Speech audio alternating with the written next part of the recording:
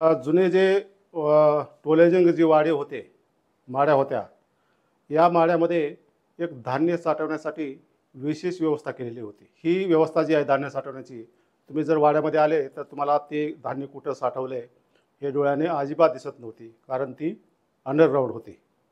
आणि या अंडरग्राऊंड सिस्टीममध्ये पूर्ण अंधाऱ्या रूममध्ये हे धान्य साठवल्यामुळं त्याला कीड लागत नव्हती. वर्ष 2 वर्ष धान्य हे आरामशीर त्यामध्ये राहायचं. अनेक क्विंटल माल त्यामध्ये बसायचा.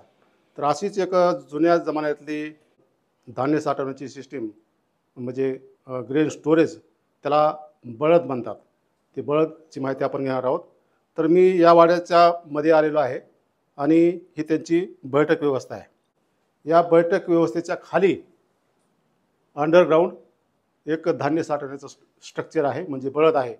ते कसं आहे, त्यामध्ये धान्य किती बसलं जातं आणि ते किती दिवस साठवलं जातं, कोणतं कोणते धान्य साठवायचं असतं, त्याची माहिती आपण घेणार आहोत. नाव गाव सांगा. शेषराव गणपतराव आयर, टाकळी लावळी, तालुका कन्नड, जिल्हा औरंगाबाद. आपण या बळदेला एक इनलेट असायचं, म्हणजे धान्य टाकण्यासाठी एक व्यवस्था असायची आणि धान्य काढण्यासाठी दुसरी व्यवस्था असायची. ही बळद आहे, त्याचं हे आउटलेट आहे.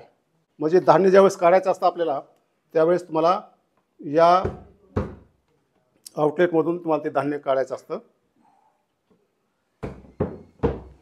तर ही आउटलेट आहे.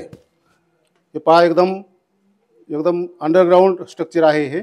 या खिडकीतून तुम्हाला हे धान्य बाहेर काढण्याची ही सिस्टीम आहे. तर मध्ये लाईट नाही, आपण बॅटरीने पाहतो. पूर्ण जे बैठक व्यवस्था आहे, त्या बैठक व्यवस्थेमध्ये पूर्ण हे धान्य साठवण्याची सिस्टीम आहे. आता आम्ही या बळदेच्या आउटलेटमधून एक खाली साधारण 3 फुटावर एक पायरी आहे, त्या पायरीवर उतरलेला आहोत. हे तुम्हाला दिसतंय, माझ्या पायापाशी पायरी दिसते हे, आणि त्याच्या खाली एक आणखी पायरी आहे. या पायरीच्या खाली सुद्धा आणखी एक पायरी आहे. त्या पायरीवर सुद्धा आपण उतरू.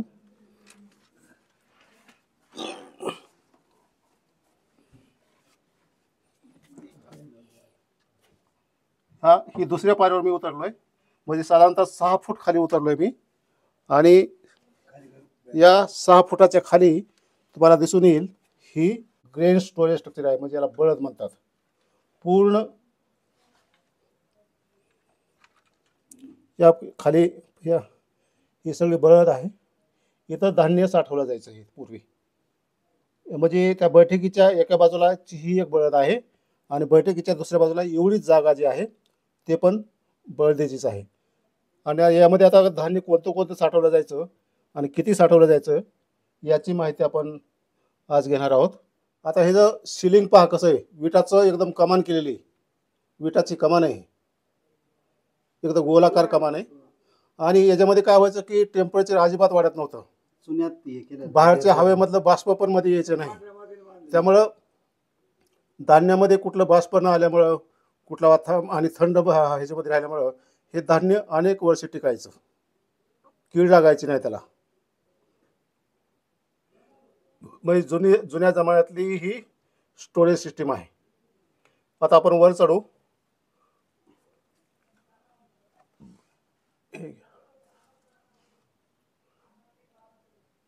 दाखवा मला, माझ्याकडे हे करा, दिसतंय का? हा हो. तर आपण आता वरी पायऱ्यावर येऊ.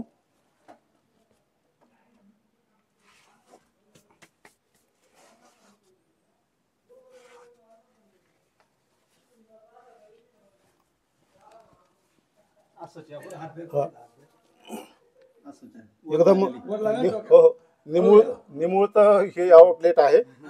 तर यातून असं खाली वाकून तुम्हाला यावं लागतं. हां, तर या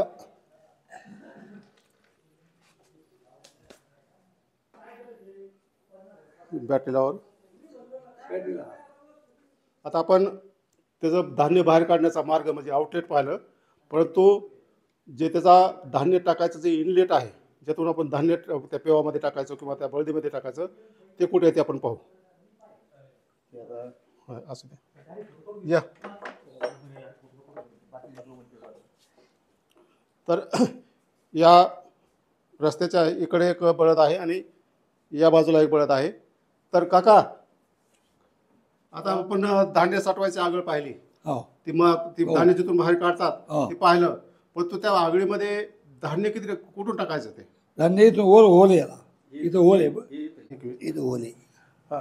या बैठक हा गोल व्यवस्थेत या बैठक व्यवस्थेमध्ये एक छोटं होल होता. आता ह्यांनी थोडी फरशी बदलली आणि त्यांनी आता त्याचा उपयोग नसल्यामुळे ते बंद केले होल. तर ही जी गोल दिसते तुमचं, एवढ्या ह्याच्यामध्ये त्या गोल असेल त्याच्यामधून त्या धान्य खाली ओतायचं. त्यासाठी ही इनलेट आहे त्याचं. ही जी होल आहे हो ती लहान का ठेवत होते? हो का ठेवत होते?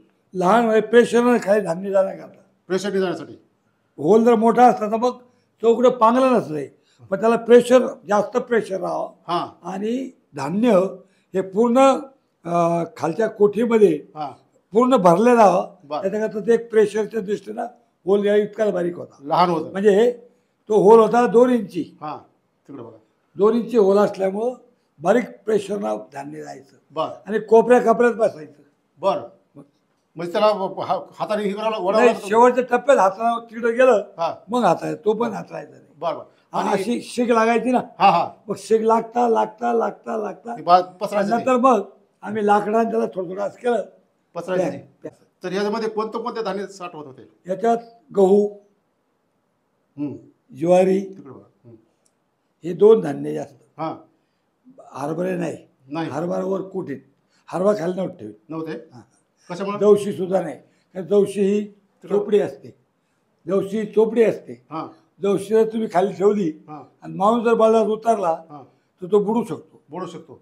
बरं. करडी वगैरे करडीच ठेवतात. जमिनीच्या खाली म्हणजे अंडरग्राऊंड जे असते ते बळद असते. हो, आणि काय काय घरामध्ये काही घरात नाही, काही गल्लीमध्ये पेव असतात. पेव. आमचे पेव पण सुद्धा होते. कस पेव म्हणजे काय ते? पेव म्हणजे गल्लीमध्ये, घरात नाही. हां आमची जिथं जागा होत्या हां तिथं आमचे पेव होते काही, कसे? म्हणजे असे उकरलेले हां मातीत हां मातीत उकरलेले पेव होते. बरं बरं. नाही पण काय काय रूममध्ये साठवायचे ना, त्याला काय म्हणायचे? नाही, ती लादणी. लादणी. रूमच्या मधल्या लादणी अशी भिंत बांधायची, ही लादणी. म्हणजे ह्या ही जी खोली घराच्या आहे, लेवलमध्ये, घराच्या लेवलमध्ये. म्हणजे एक भिंत बांधली इथं हो, आणि त्याच्यामध्ये धान्य होतायचं. ती लादणी झाली. लादणी. आणि ते धान्य कसं काढायचं ते? धान्य खाली त्याला हे असं इथं होल होता असं खाली असं ती. वरतून टाकायचे, हां असं होल राहायचं वर गोल, हां वरतून टाकायचे हं. आणि खालून काढायचे. ती लादणी. म्हणजे जसं आता पत्र्याने हे करतात का, हां हां कोटी पाणी त्या टाईपमध्ये. बरं बरं बरं. ह्यात किती धान्य साठवत होता तुमच्या? या 300 पोतं बसतात दोन्ही मिळून? दोन्ही मग 300 पोतं. 150 तिकडून 300. बरं बरं. मग आता उपयोगात आहे का? नाही, आता नाही. का? आता उपयोग नाही. कशामुळं? आता त्याचं कारण बागायत जमीन झाल्यामुळं हं. कोरडू धान्य परवडत नाही. परवडत नाही. त्याच्यामुळं आता इतर कपाशी, ऊस हं. हे इतर पिकं असल्यामुळे धान्याचा प्रश्न येत नाही. बरं बरं. आणि ते साठवायचं कशामुळे? किती दिवस राहायचं ते? 2 वर्ष 2 वर्ष राहायचं. हो, त्याला आणि- कीड वगैरे नाही काहीच. कसं काय? त्याला हातात काहीच होत नव्हतं. नव्हतं होत काय? नाही, फक्त त्याला सिमेंट वगैरे चालत हां. नाही. सिमेंटचं गच्ची वगैरे नको. खाली बांध- प्लास्टर. हे जे बांधकाम आहे खाली, प्लास्टर सिमेंटचं नको. हे पांढऱ्या मातीत बांधलेलं आहे. खालचं तुम्ही हे जे तुम्हाला वर जरी ते दिसलं चुना, कामान कामान हां तो फक्त दर्जे भरलेले आहे. चुनेने. पण हे विटीत सुद्धा बांधकाम हे पांढऱ्या मातीतलं आहे. बरं बरं बरं पांढऱ्या मातीत धान्य खराब होत नाही. बरं. आणि सिमेंट असतं तर काय होतं? नाही, सिमेंट नाही. सिमेंट नाही चालत, नाही चालत. खराब होत नाही. खरं पूर्वी ह्या बळदेमध्येच का टाकायचे? अं, बळदेमध्येच का टाकायचे म्हणजे ह्याच्या बलदार म्हणजे सुरक्षित, आणि कीड लागत नव्हती हां आणि अडचण होत नव्हती घरामध्ये. घरामध्ये अडचण होत नव्हती. आणि पोते बी तर मग आता ते, हे जे हां. आपले तागाचे हा, तागाचे बारदाना. बारदाना जो आहे, हां ज्यावेळेस मार्केटला माल न्यायचा हां त्यावेळेस आमच्या हे सुताच्या झोरे होते. हां सुताच्या झोरे गाडीत टाकायचे हां आणि त्याचा बोट टाईप बांबू बांधायचे हां आणि ती गाडी भरायची बरं गमल्याला बरं बरं. बलदातलं कडून. पोते नव्हते पूर्वी? नाही, होते होते हां. पण वापरीत नव्हते. खर्च वाचत होता. खर्च वाचत होता. खर्च शेतकऱ्याचा कसा वाचेल याचा हां